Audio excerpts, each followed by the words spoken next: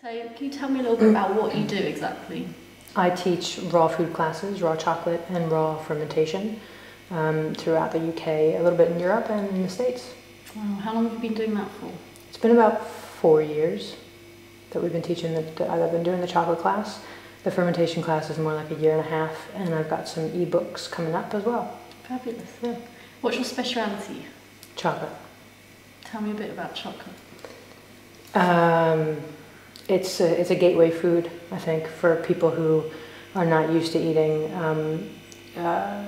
nutritiously. I think it's a food that can lead people into nutrition through tasting something that's healthy for them, and that makes them feel happy when they eat it and tastes good to them and tastes normal. So it can bring people into healthy eating choices, I think. Well, I was brought up in a typical sort of, I don't know if it's typical, but a Jewish family. You know, we're all Jewish, and my dad was really into making all the kind of holiday delicacies like latkes and matzo ball soup and things like that. So he was a cook? Not really, no, but he was really into it. Right. You know, my mom was the cook. Right. And my dad was making like fried egg sandwiches. It wasn't about the fried egg sandwich, but it was around his excitement about, oh, right, that's going to be the best bit, you know? So you think that went into you from I don't an know. early age? I think that it's in there somewhere, but my choice to do cooking was actually just a really good friend of mine who said, I think I'm going to go to culinary school. And me being super impressionable and not knowing anything about myself at that age going, yeah, me too. And I just gave it a go and I loved it. I went to cooking school when I was actually in high school. It was called a vocational program. And I went on to work with autistic children at a place called the Sunrise Program, which is in Massachusetts. And I learned from an amazing chef that was working in the kitchen there how to make vegetarian food for like hundreds of people. And then from there, I moved over to the UK. And then I ended up working with Kate Magic, doing raw chocolate at her place. And then with Linus Gorp at the Raw Chocolate Company, where I learned all about the tempering process. And we went from working in a small room in his house with 2 Vitamixes to working in a massive factory with conching machines and tempering machines and, you know, everything. He's a total wizard. So I learned a lot from him, and then I worked at SAF in London with Chad Sarno. I was his sous chef. And Chad will admit to him, you know, to everyone that he's not good with desserts. He's not a dessert guy. But there was something about the way that he pushed me to do better and do more and, you know, refine.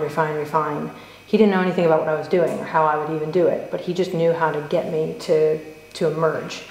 And I really owe a lot to him. What types of people come to your workshops? All types. You get people who have worked with cooked chocolate who just want to learn how to work with raw chocolate.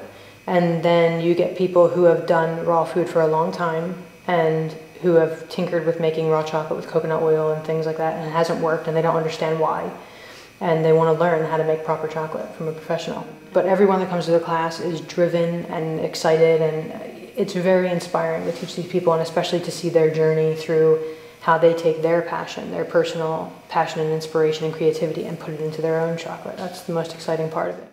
Is it the first time you've come to one of Amy's workshops? No, I've been to the level 1 raw chocolate, which was unbelievable. It gave me so many skills and techniques to make really amazing chocolates, and this fermentation class as well so far, just the things I'm learning. I would say that people that have a real interest in making artisan foods would be very suitable. Anyone that wants to be healthy, because fermented foods are so good for health. People that love cheese, for example, and can't eat dairy anymore, to be able to make nut cheeses is fantastic because it really gives you that flavour of cheese without having any dairy. So I think it can appeal to so many different kinds of people.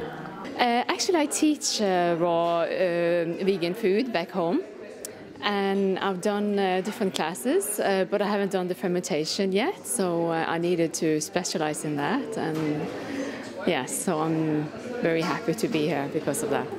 Well, it's instead of cooking your food, making it dead, you keep it alive, and those enzymes and everything, that's what is the fuel of your body. That's what you feed on. We don't eat to fill our stomachs, we eat to fill up our bodies and feed. It's the fuel for our bodies. If you know about world-class chef, Michelin rating chef, she's what I call a true professional.